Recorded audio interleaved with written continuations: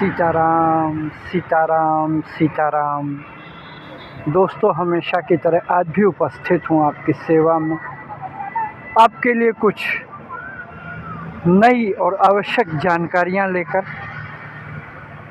दोस्तों, अगर आपने हमारे चैनल को सब्सक्राइब नहीं किया है तो प्रार्थना है आपसे कि इसे तुरंत सब्सक्राइब कर लें, बेल आइकॉन दबा लें, ताकि जब भी आपकी सेवा में आऊं तो आपको मेरी बात पता चल जाए। मेरी बात, मेरी भावनाएं, मेरे विचार, मेरी कोशिश, मेरा श्रम इस वीडियो के माध्यम से आप तक पहुंच जाए, आपको उसका जीवन में लाभ मिले, यही मेरी कामना है। राम जी से प्रार्थना है कि अनवरत ये कार्य चलता रहे। दोस्तों, इस समय पितृपक्ष चल रहा है। पितृपक्ष, मुझे नहीं मालूम कि आप इसको किस तरह से लेते हैं, किस तरह से स्वीकार करते हैं। आपके मन मस्तिष्क में पितृपक्ष को लेकर क्या विचार हैं। लेकिन मैंने जो संतों के मुंह से सुना, गुरुजनों के मुंह से सुना, बड़े बड़े महात्माओं के मुंह से सुना, या जो शास्त्र में पढ़ा है गुरु कृपा से, उस हिसाब से पितृपक्ष बहुत बड़ी चीज़ है। बहुत बड़ी और सही अर्थों में कहूँ तो कुछ बहुत ही ज़्यादा बड़ी। कहते हैं जिसके पितृ उससे नाराज़ होते हैं, उसके जीवन में हर तरफ अंधकार ही अंधकार होता है, असफलता ही असफलता होती है, कष्ट ही कष्ट होता है। वो हर तरह के कष्टों से ग्रसित होता है या परेशान होता है। जी हाँ, इसीलिए पितृपक्ष में पितरों को प्रसन्न करने का अद्भुत समय होता है। यूँ तो हर पल हर क्षण आप कर सकते हैं, लेकिन विशेषतः ये 15 दिन जो हैं ये पितरों के लिए ही बनाए गए हैं।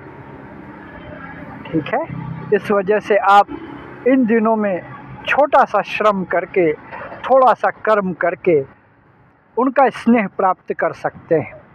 क्योंकि पितृपक्ष में हमारे पितृ सब धरती पर आते हैं, अपने अपने प्रियजनों को, उनकी निगाहें ढूंढती हैं, उनके पास जाते हैं। उनकी अपेक्षा रहती है कि हमारे प्रियजन हमें जल देंगे, भोजन देंगे, सम्मान देंगे।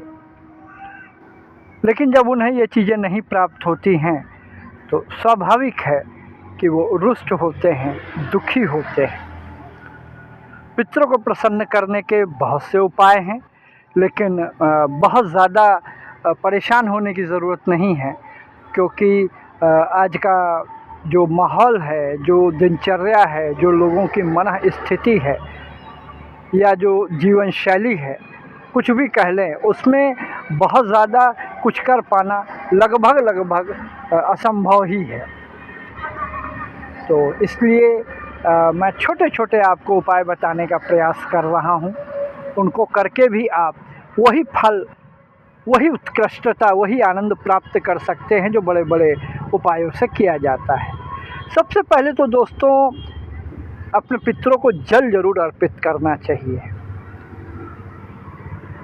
क्योंकि उनकी प्यास बुझना नितांत आवश्यक है।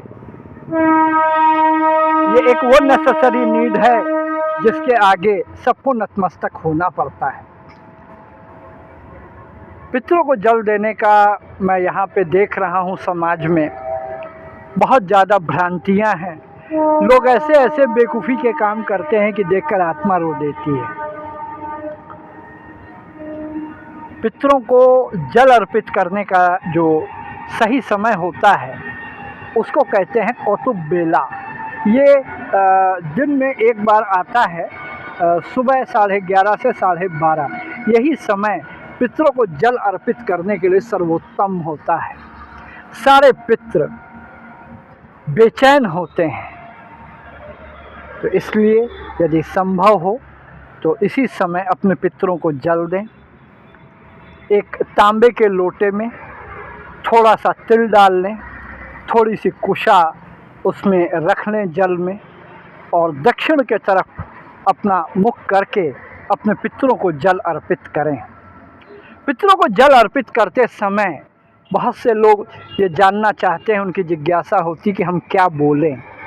एक मंत्र होता है, वो उच्चारित कर रहा हूँ, आपको बता रहा हूँ। वही मंत्र पितरों को जल देते समय बोलें, और जो जल देंगे दक्षिण की तरफ मुंह करके पितरों को, उसकी धार टूटने ना पाए, धीरे धीरे दें और अच्छी सी धार बना के दें। और ये मंत्र उच्चारित करते रहें जो मैं बोल रहा हूँ, ध्यान से सुने।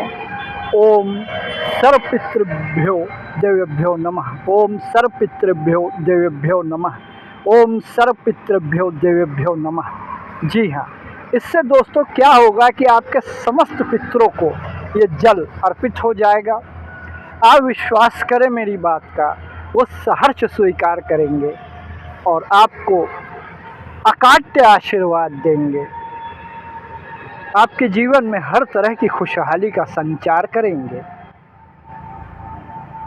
संभव हो तो भोजन वगैरह भी किसी को करा सकते हैं, किसी निर्धन को, किसी ब्राह्मण को, जो आपकी श्रद्धा हो, जैसी हो, लेकिन ये कार्य जरूर करने चाहिए। कई बार मैं कह चुका हूँ, आज फिर कह रहा हूँ, कुछ ना कर पाएँ तो दोनों टाइम नहा धो के गौ को गुड़ खिलाएं, वो भी पितरों की सेवा ही है। ठीक है ना, पितरों को प्रसन्न करने का ही उपाय है। इससे पितृ लोग बहुत प्रसन्न होते हैं। पूरे 15 दिन जितना संभव हो सके गीता के 11वें अध्याय का पाठ करें। उसमें सबसे पहले महात्म का पाठ करें। जी हाँ, गीता का कभी भी पाठ करें तो श्रीमद् भगवत गीता का वो किताब लें, वो संस्करण लें जो गीता प्रेस छापता है महात्म सहित। जी हाँ, गीता के 18वां अध्याय का महात्म जो है वो अलग अलग है, लेकिन गीता जो गीता प्रेस छापता है, एक गीता वो महात्म सहित छापता है। हर अध्याय से पहले उसका महात्म रहता है, तो इसलिए सबसे पहले महात्म पढ़ें। क्योंकि याद रखिएगा, बिना महात्म के गीता के पाठ का कोई भी अर्थ नहीं है, कोई भी पूर्ण नहीं है। ये मेरा कहा नहीं है, ऐसा नहीं कि मैं चाणक्य बन रहा हूँ, सबसे बड़ा विद्वान बन रहा हूँ। ये बड़े बड़े संतों का कहना है, बड़े बड़े मूर्धन्य विद्वानों का कहना है कि गीता के जिस भी अध्याय का पाठ करें सबसे पहले उसके महात्म का पाठ करें, उसके बाद पाठ करें। और मूल अध्याय का पाठ गीता के ईश्वर के लिए न करें, क्योंकि वो संस्कृत है, वो बड़ी कठिन संस्कृत है, भगवान कृष्ण की बोली संस्कृत है। उसके बाद जब आप देखेंगे मूल अध्याय जो संस्कृत में रहता है, उसके बाद हिंदी अनुवाद भी दिया रहता है गीता प्रेस के गीता में, तो उसका पाठ करें। धीरे धीरे करें, आराम से करें, घुड़दौड़ ना करें। ऐसा ना करें कि जैसे पाप काट रहे हैं और 2 मिनट में सब समाप्त करना है। आराम आराम से करें। पीले रंग का आसन बिछा लें, उस पर बैठकर यदि सामर्थ्य हो तो एक घी का दीपक जला लें, नहीं है धूप बत्ती जला लें। ठीक है, और उसके बाद से अपने पितरों को श्रीमद् भगवत गीता के 11वें अध्याय का महात्म सहित पाठ सुनाएं। जितना संभव हो, 1 बार, 2 बार, 3 बार, जैसा आपके पास समय की उपलब्धता हो। आप विश्वास करें, इतना आपको आनंद का अनुभव होगा कि कहने क्या है। उसकी व्याख्या धरती पे कोई नहीं कर सकता है। गीता परम पवित्र विभूति है, भगवान कृष्ण द्वारा हम कलयुग वासियों को उपहार स्वरूप जो दी गई है। इसका हमें पठन करना चाहिए, चिंतन करना चाहिए, मनन करना चाहिए। आशा है आपको ये हमारा वीडियो अच्छा लगा होगा। इसे ज़्यादा से ज़्यादा लोगों में शेयर करें ताकि अन्य लोग भी इस जानकारी का लाभ उठा सकें। सीताराम सीताराम सीताराम, सीताराम सीताराम सीताराम।